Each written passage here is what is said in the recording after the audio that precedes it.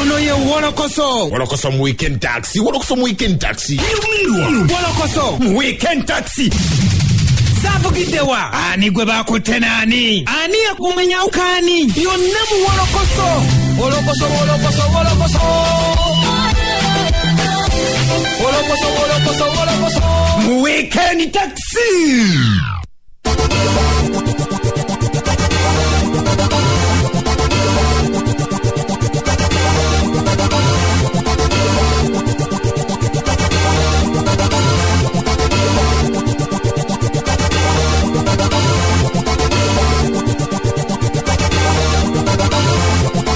Oli kuchena musamva kasirisa satu fema radio sime pologo benuje yedembe bana fa ofya kuchira mubira kasirisa mu zakone banyo batwa ku www.radiosimba.ug ukwaniriza konye na tekuda chikaziri muka aziri munane zakara kusawe sadu za machago na ku rwanero of course kuna kuzo mwezi 14 omwezi gwa kusatu mwaka gwa 2022 akubuza kono kwaniriza ko saidi na nzeka kalamu de answer wo mulembe guno.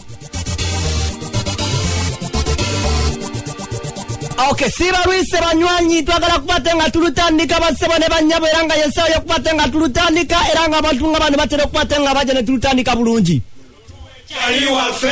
Wolokoso gwe tugamba musembera musopata mumuwuliriza basebone banyabo. Oyaye yangu otobusa. Wekikola bulungi nyere mugambe ekitunga kino bayaye bafe kijja kubata kituzamu amanyi naffe ne tulujjayo. Lutuwe muyaye waffe. Wolokoso gwe ngamba ate mungamba ne mugeza kubatenga munyaniriza bwe mukimpa amanyi.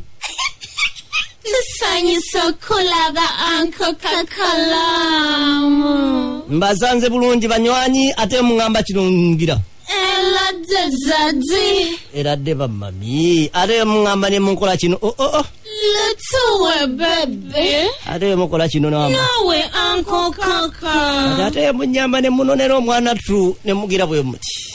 Assalamu alaikum haji wafe omubwati. Wa alaikum salam wa rahmatullahi wa barakatuh wa hajati bange. Ndogo shalide. Haji nawe lutuwe. Tulutandikira aba baby hajati. Nawe sula lutuwe. Njagala bali abali mu kubulola mama tonde. Nyini nawe haji titiria. Okay, netwongera okubaniriza mwena mpozi abatumbudde Wolokoso 97 kasirisa satu fm mu radio Simba empologoma enunje edembe tubagambe ekintu kimu kyokka nti kakati tuyingiddewo mu sawa eno yennyini Wolokoso mu weekend taxi netukugamba go nyini gwe yakatwegattako otufunira mpozi ku mukutu ogwa 97 kasirisa satu fm mu radio Simba empologoma enunje edembe ate ku Facebook nobera ngo tufunira ku FMMF ate mpozi ku website nobera ngo tufunira ku www.radiosimba.ug ate mpozi ku YouTube channel zaffe nkugamba genda yo kati yo subscribing olwensonga byosi wato bimanyi genda ku mukutu ogwa Radio Simba TV oba genda ku mukutu ogwa Bokati TV BOCAT obere mpozi ngo kifuna bulungi nnyo oba genda ku Kakalam Times ya TY MMZ obere mpozi nga okifuna bulungi nnyo nero ensonga eyo fe tukitandise bwe tuti Nawazera tugenda kutandikira wano. Olwensonga nti tulina okubatera tujjawo akatalo kano mangu naddala kana akatalo k'abakazi asibe ayingira maka ayingire otawe tubagamba ko uli wakati wa muyimbi amanyiddwa nga tumusiime oba tumusiime Catherine abangi gwe manyinga kapakati ndowooza ne wano katukwatewo jekyeno yennyini abasiraamu mpozi libeere essanyu lyaffe baaji baseeka baajati mwenna mujena amataali mpozi tukube olw'ensonga nti twegattiddwako omuntu omukukutivu nga memba omulamba ate munene bambi eyegasse mpozi ku umma ya nabbi waffe Muhammad sallallahu alaihi wasallama era ng'omukulu ono mubadde mumumanyi nga Dr. Fred Sebale era nga wawulirira bino yasazeewo mpozi n'atoola shahada wali ku muzikiti gwe Kajjansi era ng'atyo oluvannyuma lw'okutoola shahada n'atyo n'afuna erinnya eppya nga ye kaakati ye Dr. Ibrahim Sebale era nga seeka bwatutegeeza waneeno ogenda kubaala ddala nga mbutuufu okakasisa ddala nti mbutuufu yasazeewo okubeera mpozi ng'ate asiramuka.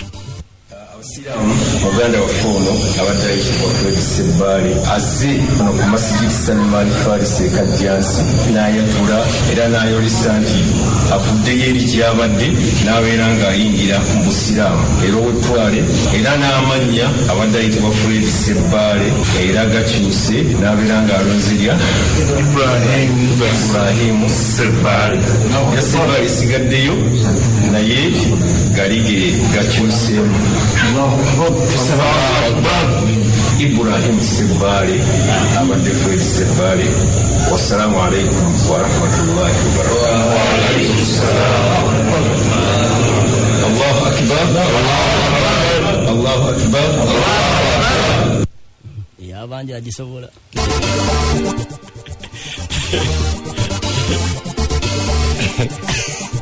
Sinajjukirwa munywanyi nti abayimbi bangi nnyo abazze basiramuka babula ekyembi nti oba oli abanyonyi bano bo tebawangalayo obana mwe muli Martin Kaye abangi gwe banyinga Cute Kaye mu mwaka gwali gwa 2016 yasiramuka kodi Kampalao.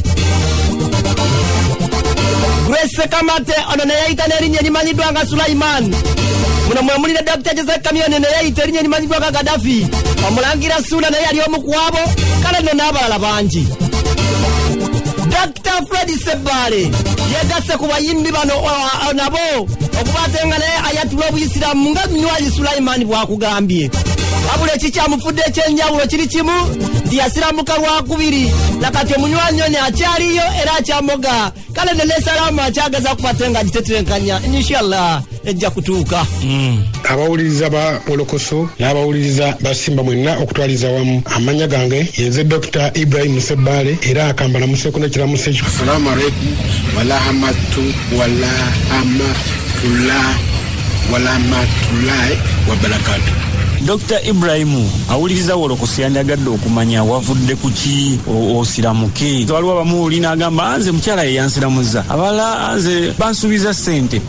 Abandi okumpi wadde bakimanyi nzize nkyogera dunye nga nkyogera ne bannange bembeera nabo nambagamba nti nze ntunulidde amadiini gonna nze ndaba eddiini y'Obuyisiraamu gye nsobola okutambula nayo nga nina ensonga zange era nsobola zikumenyera wammanga wano. Ensonga esookera ddala Obusiraamu bulina ebintu ebirabikako nzigenze ndaba ebyomunda sibimanyi n'ebyokungulu. Ekisookera ddala okutayirira buli muntu yenna yandibadde atayirirwa naye Obusiraamu bwe basooka okukikola mpozi n'abantu 7th day naye ng'ekyokutayirirwa kati kigenze kikyaka bukyasi mu budde buno n'atali Musiraamu atayirirwa naye nabasiimako olw'ensonga eyo okutayirirwa era bwe nakimanya nze ne ntayirirwa nga bukyali nagenza okutuuka eno ng'oku ebyokutayirira byaggwa kuba kyo nali nakisiima dda. Ensonga endala Obusiraamu bwe babeera basaba beetowaza bafukamira wansi oba oli wakitiibwa oli otya mubeera mwenkanankana mwenna mu maaso ga Katonda kuba faanane mu kujja wano teri azaalibwa nga alina ekitiibwa mwenna mutuula wansi oba oli wakitiibwa oba oli munene oba olifaanagana otya ekyo nakyo kyanjagaza Obusiraamu. Newankubadde nga mpozi Dr. Ibrahim Ssebbale abantu abasinga abadde bamumanyi nga omuntu eyeefuulafuula olw'ensonga yasooka n'abeerako mu FDC bw'atyo n'oluvannyuma n'asala eddiiro n'adda mu NRM n'agenda n'anyumyamu n'omulaalo olw'ebirungi bye yamusomeramu yasalawo abeerera eddala eyo nayo. Naye wano abantu bw'otumubuuzizza ku nsonga eyo ey'okwekyusa n'agamba sisobola kwekyusa lwa nsonga eddiini y'Obusiraamu efumbekeddemu ebirungi bingi era ng'akuwa wano ebimu ku birungi ye byagirabyemu nga bw'akugamba wano. Ensonga endala obutalya mbizzi Obusiraamu si Busiraamu bwokka ne bw'osomera mu bitabo byonna ebyawandiikibwa embizzi bagyogerako ng'ensolo enkyamu naye abantu eddiini eterya mbizzi eyo Busiraamu kijja kirwako nnyo ky'embizzi kubanga abantu abasinga kati n'abagirya emitima gibatyemuse naye nga Abasiraamu n'abasiimako ekyobutalya mbizzi n'ennyongera ne mbasiimako ekyobutatwala ngatto mu kifo kitukuvu nakyo kikulu nnyo. Obusiraamu ne mbusiimako ekintu ekirala ng'omuntu abadde afudde ne bagamba nti bwabaawo omuntu yenna abanja omugenzi ono oba omugenzi ono gwabadde abanja aveeyo ayogere muwana agenze aleme kugenda na bbanja yagenda kubanga omuntu bwabanga obanjibwa okubanjibwa wadde ng'ofudde tekuvaawo kusigalawo kati natunuulira nga ekintu ekyo Obusiraamu bwalengera kinene nnyo. Ensonga nnyingi zenyinza okumenyera naye ezo ez'okungulu nze zendabako. Dr. Fred Ssebbale nedda ssebo Ibrahim Ssebbale Dr. Ibrahim Ssebbale kasooka tujje Wolokoso mu weekend taxi. ono ye wolokoso. Okay, twongera okubuuzaako era gyese okwate ng'otumbudde empologoma ennungi ey'eddembe. Of course zile dakiika kati ebula 25 kwate nga zigwera essaawa ennya ez'amakya g'olunaku olwaleero. Tukyagera of course ne program wolokoso amakya g'olunaku olwaleero. Okay, nenyongera okubuuzaako gwe yonna gy'osinziira okubeera ng'otumbudde. Njagala okubeera mpozi ng'ate mbuuza ku Honorable to be Paulo Nsubugaawo mpozi ebusiro Kakiri ogamba otya? Ne mbuuza ate mpozi ku Mulwana Metal Works mugamba mutya? Ne mbuuza ku Dina Lubega Chicken yawe bwayise ogamba otya ku Bitaala? Suze weeyogerera ogamba otya Mbalwa? Suze weeyogerera awo Mbalwa ogamba otya? Kirya Emmanuel ogamba otya? Ne mbuuza ku Promoter Juma mpozi awo ndabira omuyimbi waffe Bank of Uganda. Ayina erinnya musajja ono Bank of Uganda.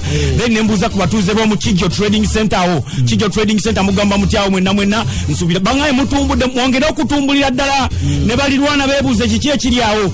Alex Kitonsa waliri ku DT Sola nkubuuzaako ogamba otya? Okay, kubuuzaako nnyo abanywanyi abatuwuliriza aside zaawo ejjeza n'abandi abatufuniramu abayitayo luwalula ne muzigo tya mu tawuni tubategeeza tino nnaku lwaleero tugenda okukwate nga tubeegattako mu awolokoso mu ndiba Shuamani Segawa Kakalamu nga tuwolokosa sako ne agititibya yasiimye nti tugenda kubeerayo ffenna nsokwata tuwolokosa sagala abakuba emiggo ne MC Kakosi kale no ku 15 zoka solo kwate nga tusembera tunyumirwe wolokoso ne radio simbe engeri gyegeza kukwate ekola mpolampola kitegeeza nti buli alina wolokoso nga amusirikira nga olina ekintu ekikunuguna muyimbi yakutwalira mukazi mu mbeera efaanaganako bwete weekwesanga tumanyiiwo abantu b'emitiana mubende simanya akina zigoti tusekane bwesinkanyawo ku club 18 solo kukwate nga tuleeta wolokoso tumunyumirwe mpolampola namwe abagala okukwate nga mwegatta ku wolokoso family mwagala okukwate nga ozimba naffe sokwata tukola okwegatta okwawamu mu ngeri y'okwekulaakulanya oba oli awo essimu gyonna okukwate nga oyitako nabagamba nti neri noti 786 noti 786 37 10 06 noti 786 37 10 essimu kojja okukwate nga oyita solo okukwate nga tukwatagana mpolampola kubuzizaako nyana Yasini ali mu Kayunga Bugerere n'abaffe abatuwulira saidi z'ekitimbwa awo mu bannaffe Kayunga Bugerere babuzizaako nnyo kale. Okay, ne tugamba nti era still bw'obanga oyagala okubeera nga oyagala okumanya biki ebifudde mpozi programu zaffe ez'enjawulo wano ku Lubogola Simba genda bugenzi ku mukutu gwaffe mpozi guli ogwa afcloud.com ojja kubeera ng'osangayo programu zaffe zonna ne wolokoso gattako neneeyimira byange oba si kyekyo genda ku YouTube wali eri wennyini awali icon eya red awali YouTube awo kakonemu kagenda kubeera nga kaleeta search bwe kaleeta search teekamu ebimu ku bino wammanga teekamu Radio Simba TV oba teekamu Bokati TV oba Kakalamu Times bwe kaleetawo kati genda wale ekigambo subscribe onyigewo kati wolokoso genda kubeera ng'omufuna bulungi nnyo neeyimbira byange ne programs endala aya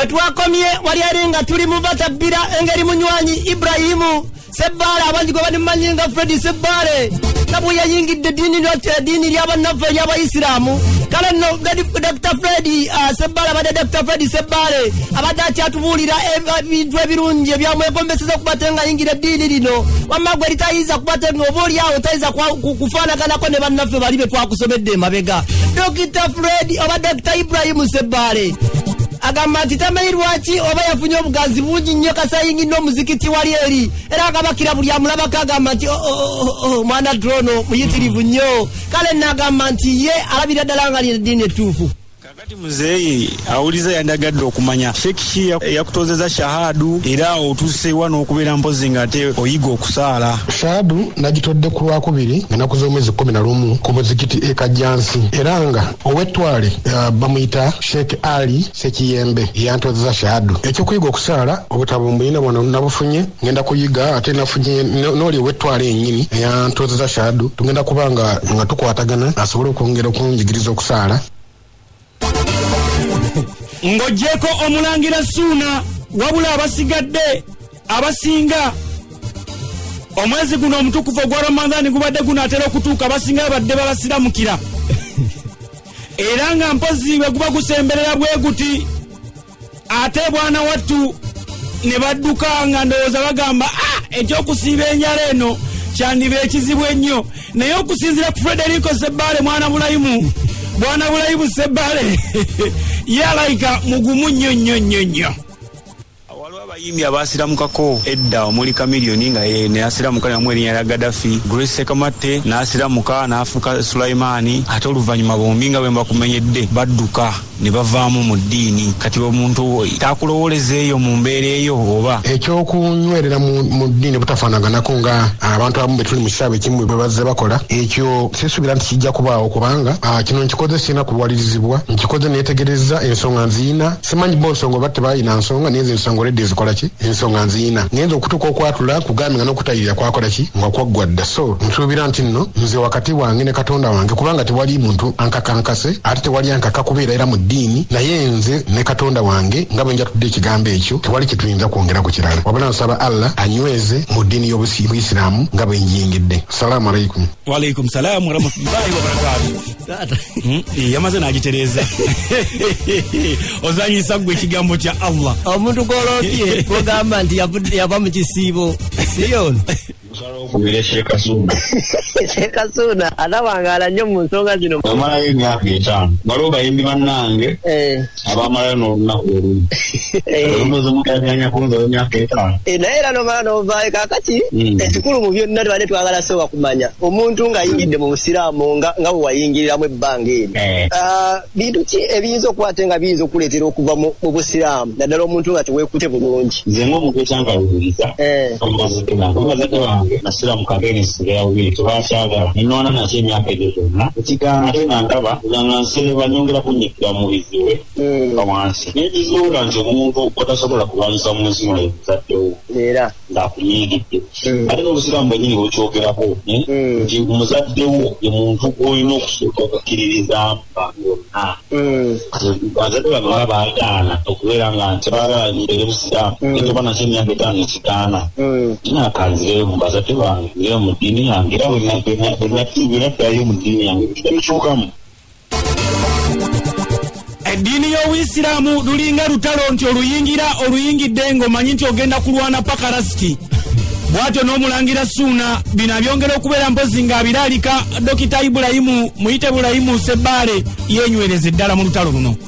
Ekirala obusiraamu tebukontanamuko n'omwekuganga okuyimba sometimes okukontanamuko tewa abayimbi balemerewa nekeetikali yasambako nemidaala obusiraamu bukontanamuko naddala nga busiraamu sebusiraamu ojja kumbuza ate alunange ayimba biki abeema abo baazaalibwa basiraamu naye ffe abayimbi abasiraamu ku busiraamu obukulu kirina engeri kitukalubirizaamu n'abasiraamu bennyini abamu nabeera nga okuboora okujjanja nina eddalayo eryawo bwetyo naye ate the end of the day nsembayo ngakugamba nti kakalamu nti omuntu yenna ettiinzirina bona abakyala togera ku makya n'onenya omusajja bakyalesa omukazi omweru n'agenda n'omukazi omuddugavu bwe kakalamu simanyi kitosoma naye kimanyi olina obukakafu bwebakiwandika nga wakiraba nti kuno mukono gwa Katonda yennyini yako agamba nti eddiini y'obukatuliki eddiini ntuufu oba eddiini y'obusiraamu twazaalibwa bajjajja tebazaalibwa ne basangawo embeera eno baffe tugisanzeewo tere muntu yenna alina kujajinga munne.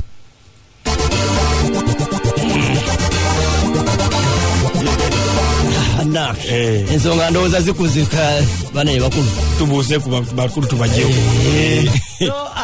wetuli wano twegatiddwako baite basheeko ba haji simanyi olusembeyasembeya katono waneeno mpolampola saba tubuuzaako abali ku radio Simba abali ku Wolokoso. Bismillahi rahmani rahim. Amannya gange bampita Sekiseka Hussein nga ndi imaamu Bukoto.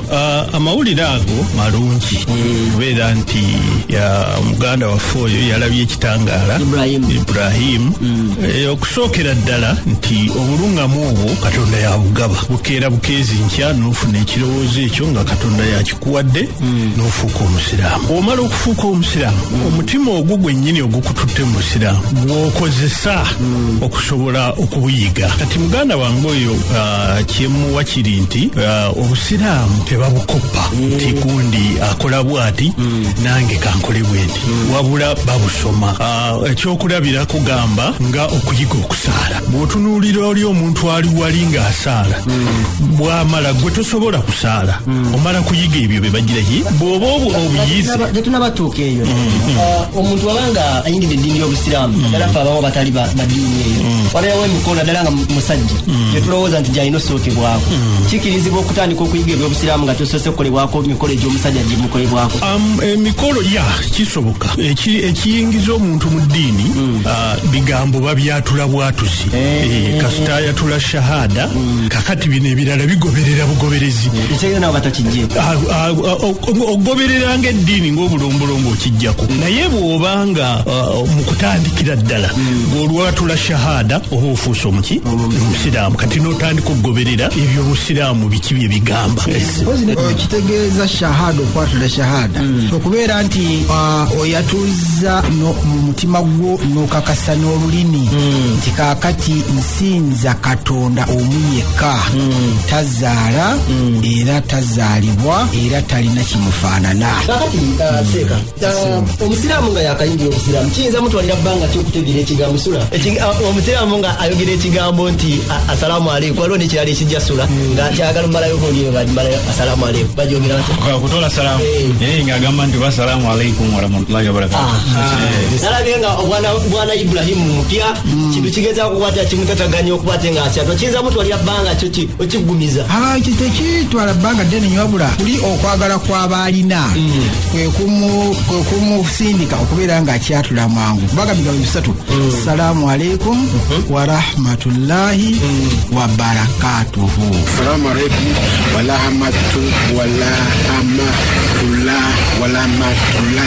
wabarakatuhu. Omuntu yakitandise enkya kutuka saa 6 ng'akoze eki ng'akiyize okwongerezaako ye muyimbi ebintu eby'abayimbi byakukwata n'olwekyo yajja kwanguyirwa nnyo kikwata ate okusinga ku mulala kubanga ekyokukwata buli kintu ye akimanyidde. Tubadde n'abayimbi bangi nga bajja basiramuka mu ngeri bweti. Tubadde ne Dr. Jose Kamye yasiramukako ennaku 14, twalinako Chutikaye yasiramukako ennaku 2, tulina ne Omulangira Sula ye gyawera emyaka 5. Eby'omu bisomooza byagamba nti baali abasiraamu bamusosola naddala bano abazaalibwa mu busiraamu bano abazze mu bukulu nga babayimbi ng'ebivulu byo tebakyayagala tebabiyingira nga balina mwaka akamusosola. Simanyi kino ekintu oyinza kyogerako otya kisoboka? Sirowooza nti omuntu ayinza okusosolebwa olw'okuba nti ayingidde eddiini eyo ng'ate kikolebwa mu baabo bayingiddemu. Ekyo ndaba nga si kirambulukufu bulungi. Naye ekyendowooza nti bafuna obuzibu okuva mu famire zaabwe gye baba bavudde okujja okusiramuka kubanga tamala kubakuŋŋaanya bonna abagambe nti ngenda kusiramuka.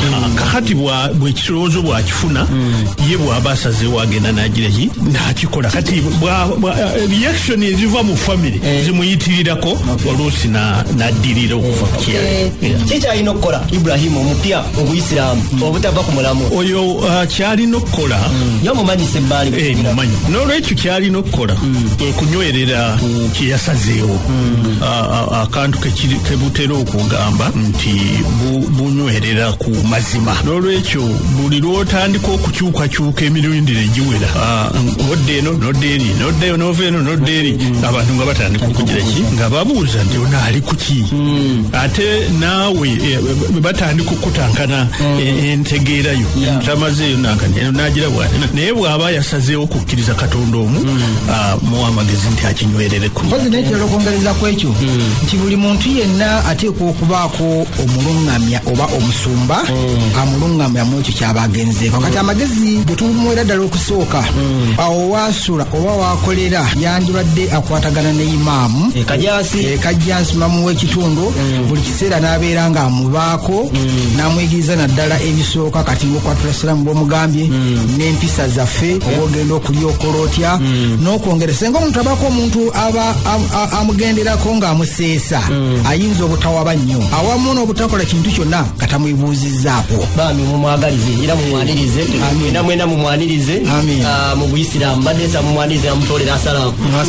Okusooka tumwaniriza ate ne tusaba Katonda abeere nga amuluŋŋamya amulage agenga bwamulaze ku eggolokofu amunywerezeemu amuyigiriza eddiini eno amuwe n'ebyengera byamu tugamba nti assalamu alaikum warahmatullahi wabarakatuh. Assalamu alaikum warahmatullahi wabarakatuh.